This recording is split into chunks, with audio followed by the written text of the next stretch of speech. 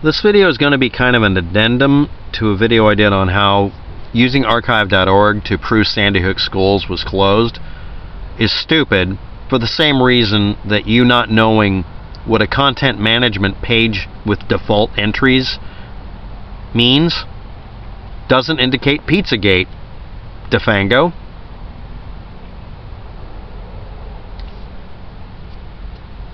Links below me. So here we go. We're going to do a classic data retrieval on archive.org/web/asterisk, meaning give me all of the archives for a website. And now we have to look up a certain website. Now, we're not looking up any particular page on the website, we're just getting the main page. Now, generally, the page will have a first name up. It can have like a stack of 5 names or something like that. But we're getting Newtown, N-E-W-T-O-W-N, Newtown. And then it's dot, and here's the string. And they're in reverse order from most precise to most generalized or vague. K12, that's K through 12, kindergarten through 12th grade, .ct for Connecticut. This is the Newtown school system, so it should be the other way around. Just pointing that out. And .us for United States. That's the TLD or top level domain. And then slash. Okay, now we have this in here. Now I didn't include the variables that archive.org for some god-awful reason pays attention to sometimes, and archive.is always pays attention to, so I have to put them in every time. Welcome to my living hell. So here we go. There's more than one way to type in whatever Newtown K12 Connecticut US is. Is it HTTP for Hypertext Transfer Protocol for web pages? Or did we put an S on the end to make it a secure connection where we have to do a little shuck and jive beforehand so that the web server and our web browser or computer, web browser, can decide on what cipher key to use so nobody can spy on us looking at the web page?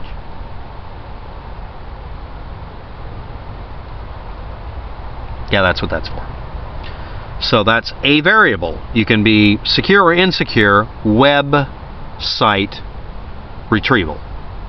There's another one that's file transfer protocol, FTP. And yes, it has a secure function apparently too. Nobody really uses it much.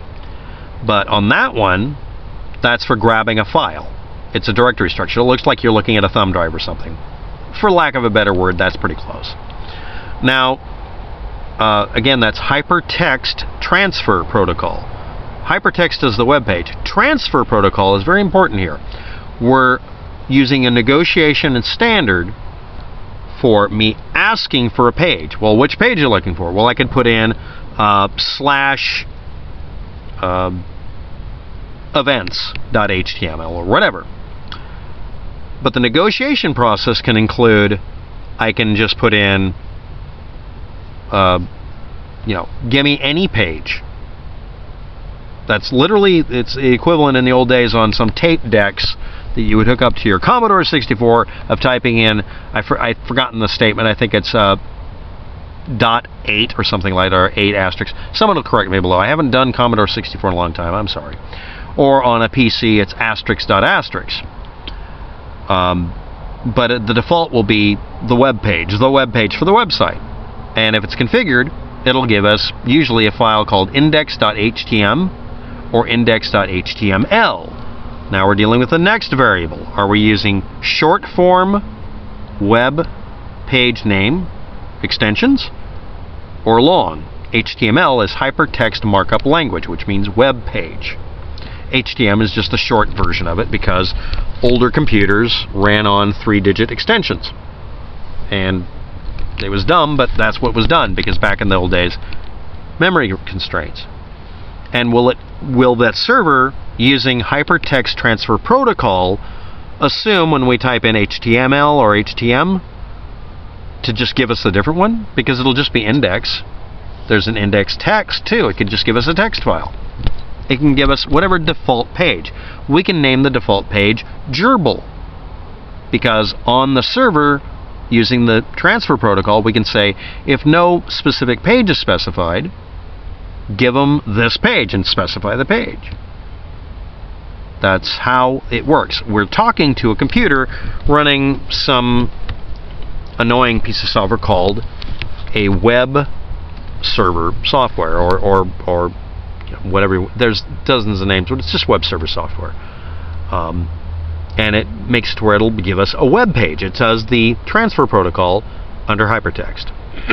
So here we go. So anyway, the next part of this is the : / /. That just means it's double slash, because that's slash, I really meant slash. We're doing this after we've done the colon, after HTTP or FTP or whatever. That is the protocol stopper that says, that's the protocol I wanted, we're done with the protocol, now I'm doing this, means this is a switch. And then we're saying what we're trying to do, what web page. Now obviously we have to give that information by spitting it out to the net, and it's going through a bunch of other computers to do this. But it can be followed at that point. Again, this could be secure or insecure, World Wide Web, or not include World Wide Web, the the 3 W's. World Wide Web is a type of protocol. It's not necessary because that's presumed. There are others. There's WW3. But unless specified, it's assumed www. Does the web server at that end that we're trying to contact, or the web or the internet connections from you to me and to the other systems, just stick that in there and fill it in? Usually it does. Your web browser will do it.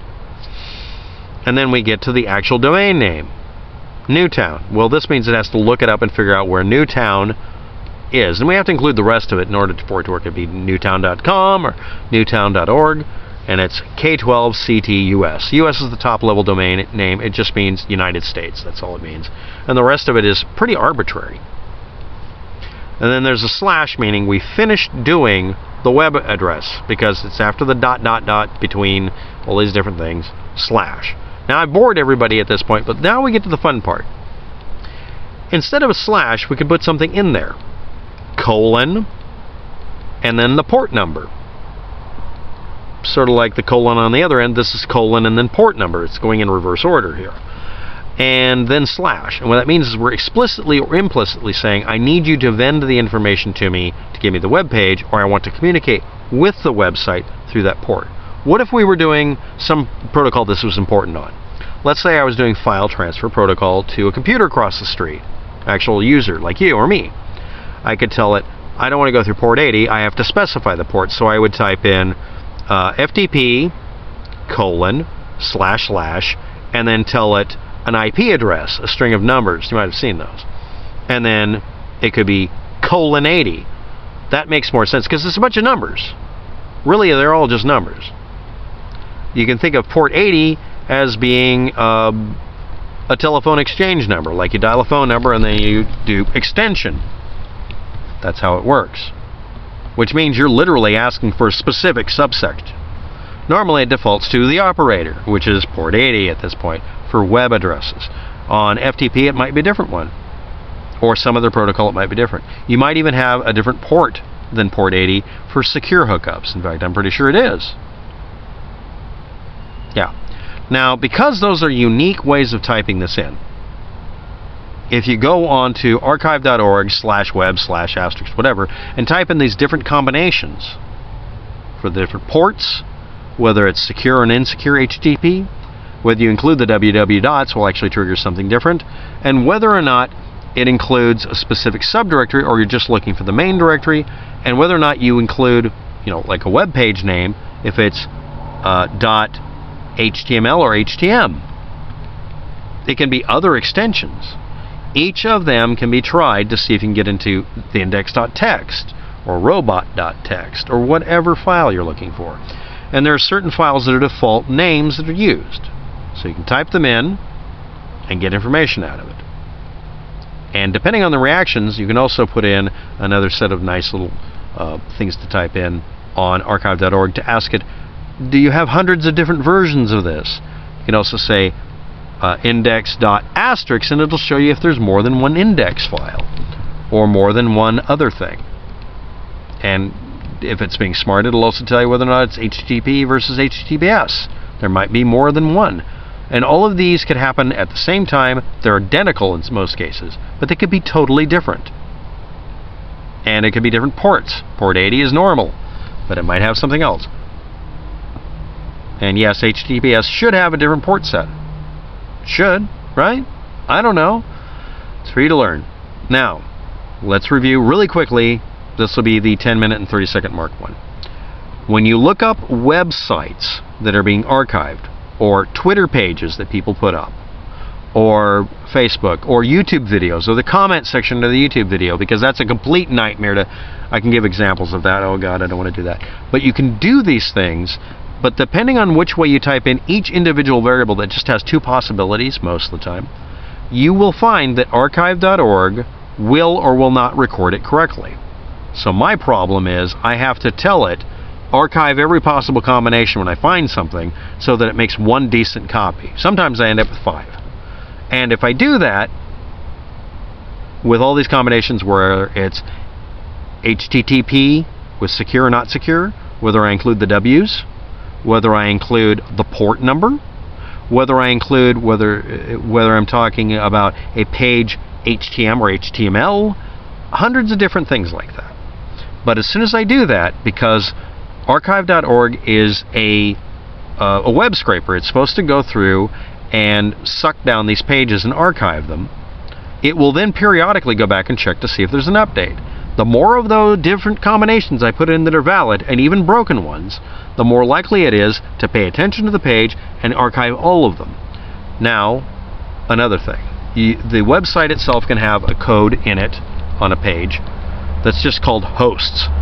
Or not host, I forgot the name of the file. But there's a specific file that tells it to behave differently depending on what you do. It is a configuration file that says, use this file instead of the index default. Or the error pages, you can change them. And there's another file that's used for setting it up and is for setting up a particular setting that is called robots.txt, and it tells it what to do if it sees literally a robot like Google or Yahoo, and you can specify to exclude individual web archivers or search engines or crawlers or spiders as they call them. You can also tell it through that one and also through that one I forgot the name of. Sorry about it, I forgot it. It's a dot something. You can tell it to give specific versions of the website, whole different ones, including port changes in some cases, based on what web browser they come there with. Nobody really does that. You try to make it universal, but you can make it to where there's an entire separate website for Firefox or Internet Explorer or Opera or whatever. So there's a bunch of complicated combinations that you can do. These are not necessarily simple things. The turnkey versions work all about the same way, and it works fine. But if you explicitly tell archive.org to do this, it can do things such as grabbing PDF files or looking for default.aspx, which is a specific type of file formatting thing. Or it might not use HTTP or HTML or any of the other combinations or whatever thing somebody comes up with. The server can be set up to default to use some bizarre extensions or weird file names. It can do anything it wants to. And the more strange it is, the more likely it is, just like me doing the training of getting archive.org to archive it, it's more likely to remember it if it's a weird website that has all sorts of bizarre stuff in it. Like Facebook uses some file type names that are so unusual that archive.org won't erase them. They're worthless, but it records all of them. They would love to purge that, but the system is staring at it too much. Any page that changes often, it will record it. If you do enough archives over the few days that it changes, it'll then start archiving it every chance it gets. It will look for those changes. And that's what I rely on. Thanks for watching. Have a good day. Good luck with it.